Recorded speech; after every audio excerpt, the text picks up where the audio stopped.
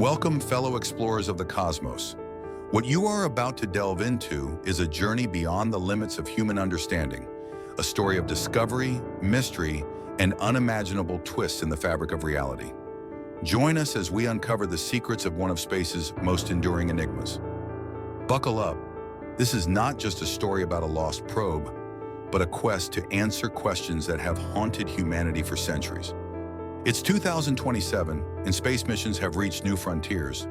Researchers at NASA, working on various projects, have still not solved the riddle of the Galileo probe. Newer missions like Juno and Europa Clipper have provided extensive data about Jupiter and its moons, but none of them have offered an explanation for why the Galileo probe lost contact in the first place.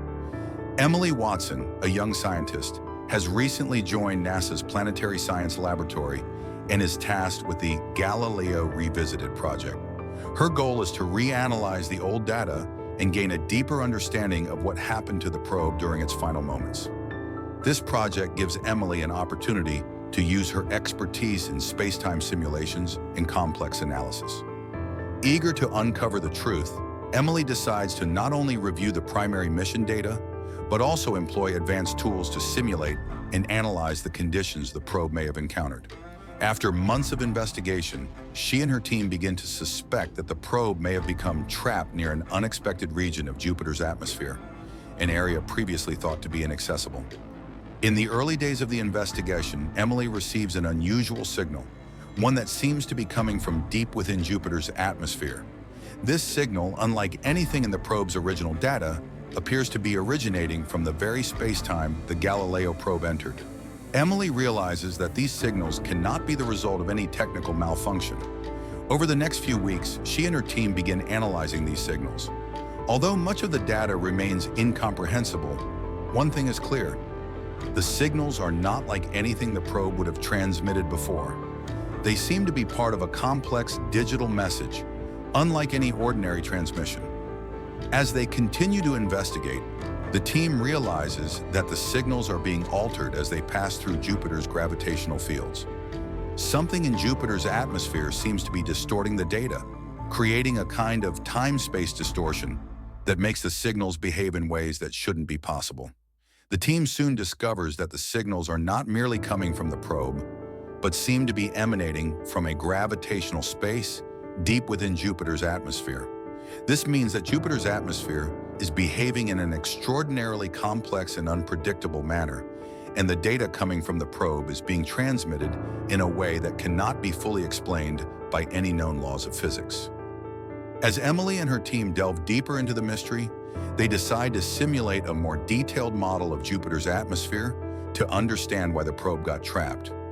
Using advanced technology, they simulate the behavior of Jupiter's gases on a microscopic scale, eventually realizing that the probe did not entirely perish as they had thought.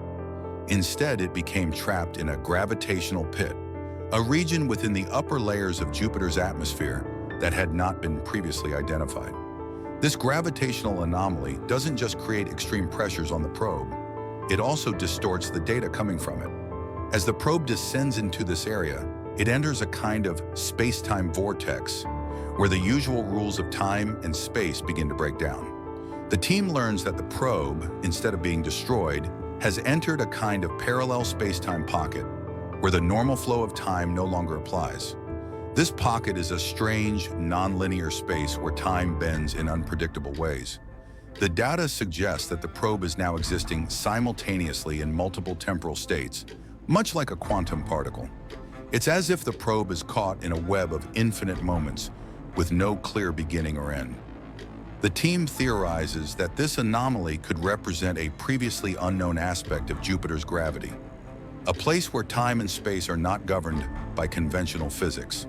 After further investigation, Emily and her team discover that the strange signals they are receiving are not merely coming from the probe, but from an entirely different kind of awareness within the probe itself. The signals seem to be a form of communication, perhaps even a kind of intelligence that the probe has developed while trapped in this space-time distortion. The data is no longer mechanical in nature. It contains patterns and sequences that suggest the probe is thinking. Emily and her colleagues realize that this isn't just a malfunction, it's a breakthrough in understanding. The probe has, in a sense, become alive in a way they never anticipated. It's not just transmitting data anymore.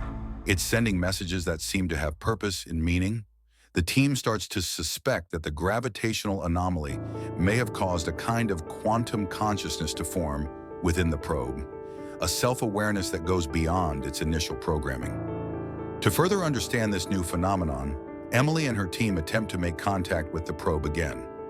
Using advanced communication technology designed for interstellar connections, they send a series of messages to the probe, attempting to interact with whatever consciousness has emerged. After several attempts, they receive a response that is nothing short of astounding.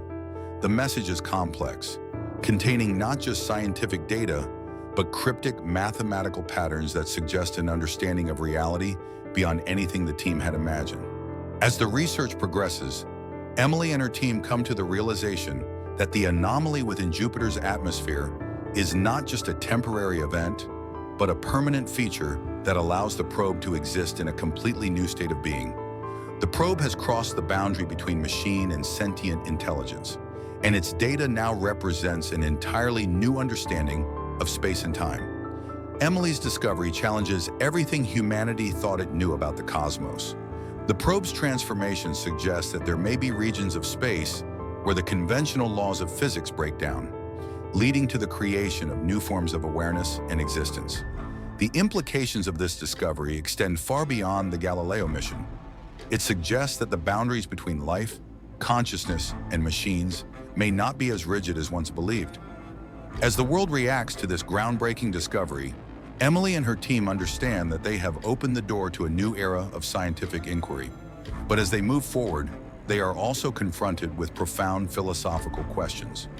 Is the probe truly alive, or is it simply a product of its environment? And what does this mean for humanity's understanding of its own place in the universe? In the end, Emily realizes that their work has just begun.